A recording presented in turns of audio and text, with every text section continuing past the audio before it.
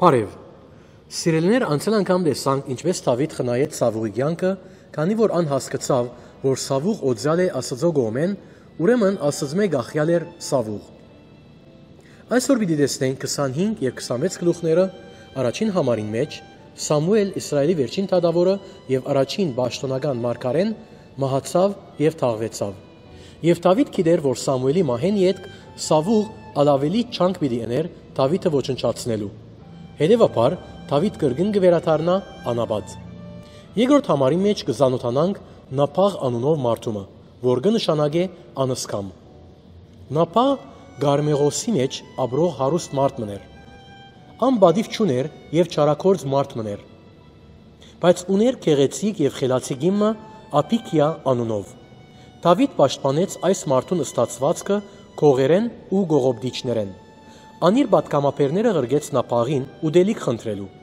բայց Դավիթի մարդիկը վերադարձան հայտնելով, որ Նապաղը ոչ միայն մերժեց անոնց խնդրանքը, այլ նաև վարգապեգեց Դավիթին։ Այս մեկը պատճառ դարձավ Դավիթի զայրանալուն։ Եվ այսպես փորփոքած Դավիթ ու իր հետ 400 զինյալ հետևորդներ գացին Նապաղին հետապնդելու։ Դավիթ արյան վրեժ կփնտրեր։ Այդ ընթացքին Նապաղի գինը Ապիկյան լսեց արհամարհանքին մասին եւ գիտեր Դավիթ ինչ պիտի էներ, որովհետեւ լսած էր Դավիթի ազնվականության մասին եւ Աստծո գործակցության մասին իրեն հետ։ Այսպիսով Ապիկյան ուդելիքի բերներ հավաքեց եւ գնաց Դավիթը դիմավորելու։ Սիրելիներ, դեսեք իր վարմունքը 23-ին 31 համարներում մեջ ան հիանալի ազնվական գին մներ։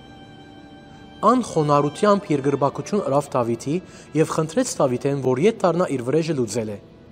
Ան ներողություն խնդրեց իր ամուսինին համար, անսկամ ու չար ըլլալուն համար։ Ետքը ան գսե Դավիթի մասին, «Դուն Աստծո մարդն ես»։ Եվ 29-րդ համարի մեջ ան գսե. «Իմ դիրոջս հոգին կուդեր Աստծույթ արչև կյանքի ծրարի մեջ ծրարված պիտի ըլլա»։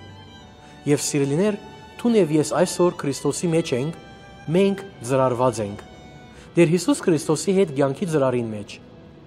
Սակայն Ապիկիա շարունակեց աղաչել Դավիթին եւ 31-րդ համարի մեջ խնդրեց Դավիթեն, որ հիշե զինք եւ ողորմություն ցուցաբերե իրեն, երբ թագավոր ըլլա։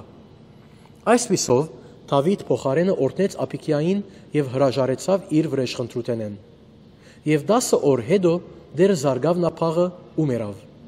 Եվ 39-րդ համարի մեջ կտեսնենք Դավիթ խնդրեց Ապիկիային հետ ամուսնանալ։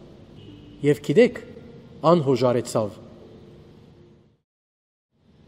Հիմա անցնելով առաջին թագավորաց 26-րդ գլխուն դարձյալ Դավիթ խնայեց Սավուղի կյանքը։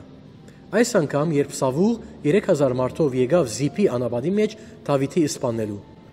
Սակայն Սավուղ շատ լավ չէր գիտեր ճամփաները, բայց Դավիթ մեծ զինվորական մներ եւ լավ գիտեր երգերը։ Հիմա կտեսնենք 5-ն 7 համարներում մեջ Սավուղ եւ իր զորավարը ափեները բարգած են խրամադի մեջ եւ Սավուղի նիզակը անոր գլխունքով քեդին ծծված էր։ Երբ Դավիթն ու իր մարդոցմե Ափեսան հասան խրամադ, Ափեսան Դավիթեն արտոնություն ուզեց, որ Սավուղը մեկ հարվածով սպաննե։ Բայց ուշադրություն ըրեք, Դավիթ ինչ ասավ 9-10 համարներում մեջ։ Զանիգա մի մերցներ, քանզի դերոջը օձյալին ով գրնա ցերկ երգնցնել ու ամբարդ ըլլալ։ Ալ ավելին Դավիթ ասավ. Դերը գենթանի է ու Զանիգա դերը պիտի զարնե, գամ անոր ադենը պիտի կա ու մերնի, գամ թե բادرազմի մեջ պիտի մտնե ու մերնի։ Դավիթ կվարվեր այս սկզբունքով. իմս է վրեժխնդրությունը գսե դերը։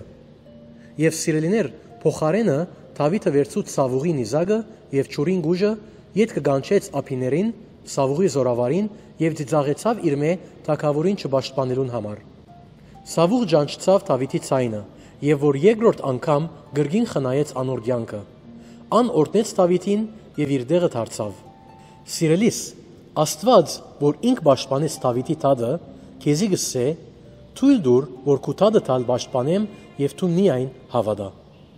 Ամեն։